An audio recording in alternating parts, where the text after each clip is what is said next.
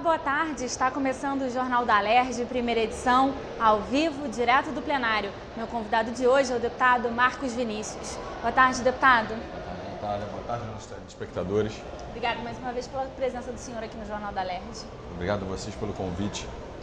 Deputado, hoje de manhã a Comissão de Trabalho da Casa se reuniu para discutir projetos de lei que estão em tramitação na Casa, que tratam dos profissionais de educação física. Um desses projetos era o do senhor, né, deputado? O que diz essa proposta? Essa proposta, Natália, visa regulamentar o repasse do personal às academias. Por quê? Alguns profissionais me procuraram no gabinete, dentre eles até o meu personal trainer, me procuraram dizendo que em algumas academias eles cobram de 30% a 40% de repasse. E o que é uma injustiça, né? E aí eu lancei esse projeto de lei para tentar regulamentar. A ideia era começar a discutir uma regulamentação para o estado do Rio de Janeiro. Tem que ser, vale frisar, Natália, que a maioria das academias não cobram, mas algumas cobram e cobram de forma abusiva. Deputado, para a gente tentar explicar para quem está assistindo a gente em casa, às vezes a academia já oferece o serviço desse profissional, né, do personal trainer, ele já é contratado pela academia e aí ele tem que pagar uma taxa extra à academia para poder atender esses alunos, é isso? Exatamente isso, Natália. O que nós queríamos? Qual é a ideia do projeto? A ideia é a seguinte: o personal que já é contratado na academia A, ele dá aula nessa academia e a Natália quer fazer aula de personal com ele, aula com o personal. Ele não ter que pagar repasse à academia, né? Porque já que o aluno já está lá, ele já trabalha para a academia para que esse aluno não pagasse a taxa. Essa era a ideia do projeto. Mas os sindicatos, a confederação, são contrários. Alguns professores são contrários, alguns são a favor. Por isso nós começamos hoje essa audiência pública para chegar num consenso, num denominador comum e poder fazer um projeto que possa atender essa classe, que são 50 mil professores só no nosso estado. Deputado, esse projeto já passou pelo plenário numa primeira discussão, né, deputado? E aí foi levantada essa possibilidade de discutir melhor esse projeto para apresentar, inclusive, emendas que possam atender a todos os lados, né? Exatamente. A nossa ideia, Natália, não é jamais prejudicar o empregador. Nós não queremos a briga do capital com o trabalho, e sim que seja uma relação mais próxima do equilíbrio possível, né? Foi retirado de pauta esse projeto. Tinham outros dois muito parecidos, foram discutidos hoje, e eu acho que nós vamos avançar nessas conversas, tanto com os profissionais quanto com as entidades de classe, avançar num projeto melhor do que... E essa é a ideia, né? Você lança o projeto e a ideia é que os nossos pares, os outros deputados, façam emendas e melhorem o nosso projeto. Deputado, a gente já vai entrar nessa questão das emendas, eu vou pedir licença ao senhor e nós vamos ao plenário com a repórter Natália Pugliese, que também conversa com o deputado. Boa tarde, Natália. Olá, Natália, boa tarde. Hoje na Comissão de Orçamento e Comissão de Tributação foi discutida a atuação das organizações sociais na área da saúde. Eu converso agora com o deputado o presidente da Comissão de Tributação, o deputado Luiz Paulo, para falar o que ficou definido no relatório dessas comissões. Deputado, a respeito das organizações sociais, quais são as orientações da Comissão de Orçamento e da Comissão de Tributação?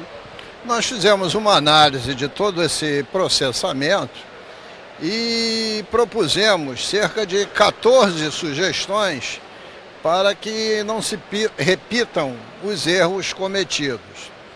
Por exemplo, na medida que forem sendo concluídos os contratos das UPAs com as organizações sociais, que elas possam ser substituídas pela Fundação Estadual da Saúde, que é uma fundação pública de direito privado. Isso pode representar mais eficiência e mais economicidade. E nós solicitamos que a Secretaria de Saúde fizesse um estudo comparativo também sobre essa hipótese. Uma segunda questão importantíssima, que se coloca junto com o próprio trabalho que o deputado Pedro Fernandes fez na Comissão de Orçamento sobre o desperdício de medicamentos, é que a compra de medicamentos, inclusive para as OS, seja centralizada sob o sistema de registro de preço com um pregão eletrônico, medicamento hospitalar, que é 1/9 do preço do genérico, e comprado 1 a 2 vezes por ano, isso é, em grande quantidade. E tem um sistema de dispensação, quer dizer, um sistema de entrega, que esses medicamentos sejam entregues paulatinamente nas unidades de saúde, à medida que elas forem necessitando, sem que haja necessidade de depósitos e nem tampouco de medicamentos serem vencidos. Essa é uma segunda sugestão importantíssima.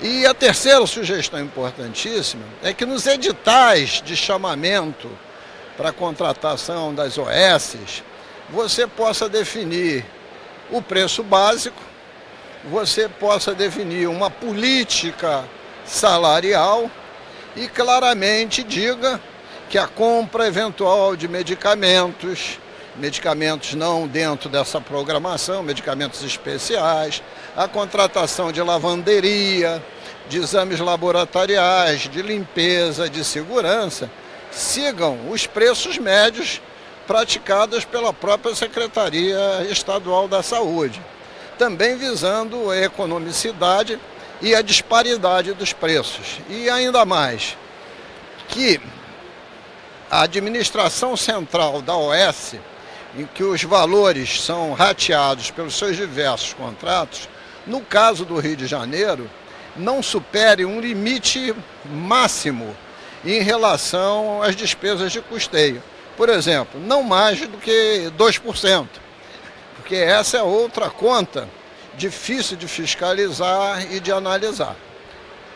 E, deputado, agora o que acontece com esse relatório? Que instituições devem receber esse documento? O presidente da Casa, o deputado Jorge Pisciani, que designou as comissões de tributação e orçamento para fazer essa análise, essa auditoria, o Tribunal de Contas do Estado, o governador, a Secretaria Estadual de Saúde e o Ministério Público. Essa foi a decisão do pleno da comissão.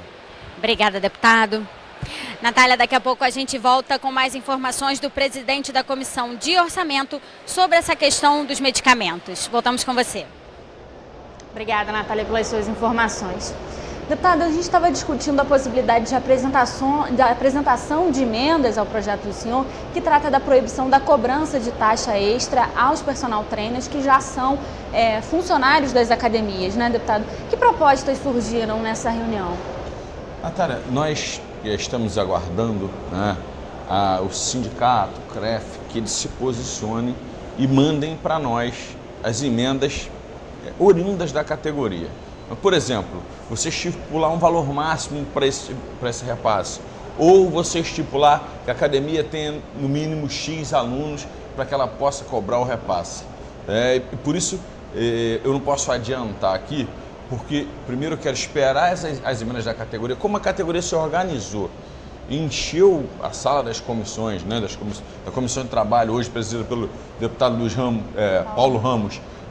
Eu quero esperar e não vou adiantar para junto com as academias, foi um encaminhamento, esperar que eles se pronunciem para aí sim encaminhar as emendas que vierem dos profissionais de educação física.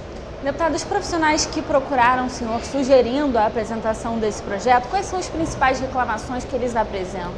São muitas reclamações trabalhistas, Natália. Por exemplo, a principal, a cobrança do valor abusivo, não respeito aos direitos do trabalhador, né? Férias, 13º, muitas não, algumas academias não têm o hábito de cumprir a legislação trabalhista, né, do Brasil. E por isso, o que cabe à Assembleia, né, é legislar sobre a prestação de serviço.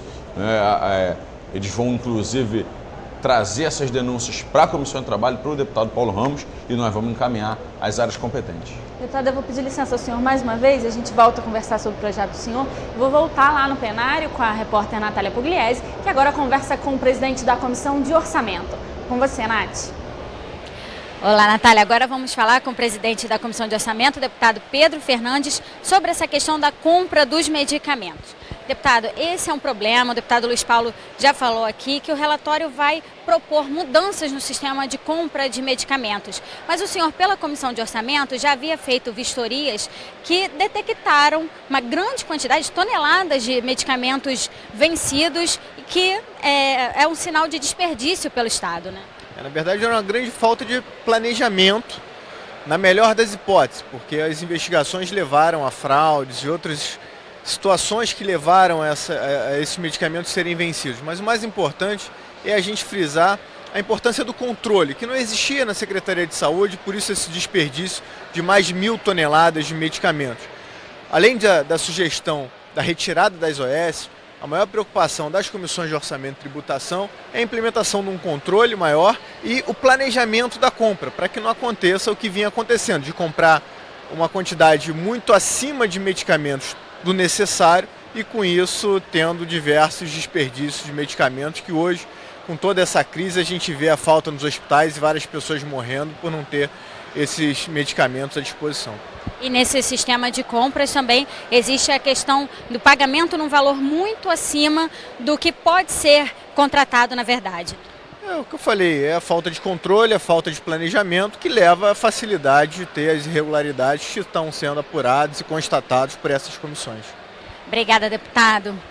Natália, hoje na pauta do plenário está a proposta de emenda à Constituição da deputada Marta Rocha, que autoriza os profissionais da Polícia Judiciária a darem aulas também.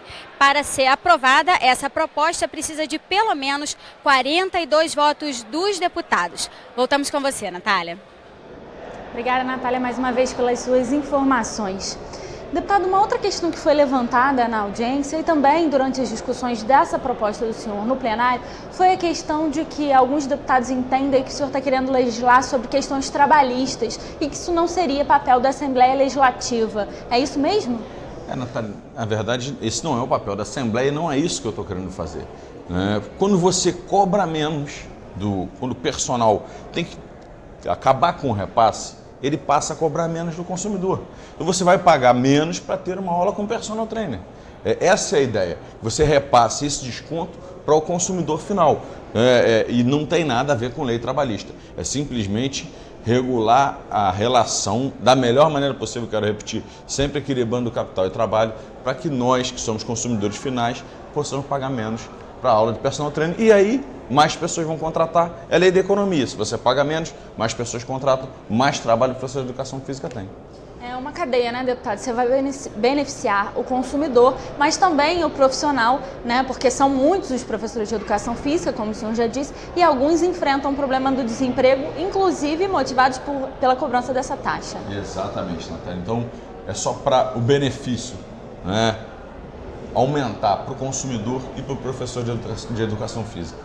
Deputado, vai ser realizada alguma outra audiência pública antes desse projeto voltar à pauta? A nossa ideia é fazer uma outra audiência pública junto com a Comissão do Trabalho, a Comissão de Esporte e a Frente em Defesa da Educação Física, já aguardando a data para um pedido que eu fiz ao deputado Paulo Ramos. E aí vão ser discutidas essa possibilidade de emendas, né?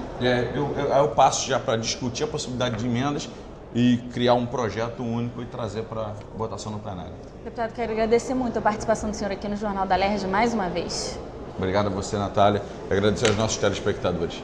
Obrigada mais uma vez. O Jornal da LERJ, primeira edição, fica por aqui. A partir das 9h30 da noite, você acompanha tudo o que foi notícia no Parlamento Fluminense, na segunda edição do Jornal da LERJ. Amanhã, a partir das 2h40 da tarde, eu estou de volta com os projetos da Ordem do Dia. TV LERJ, o canal do povo fluminense. Até a próxima.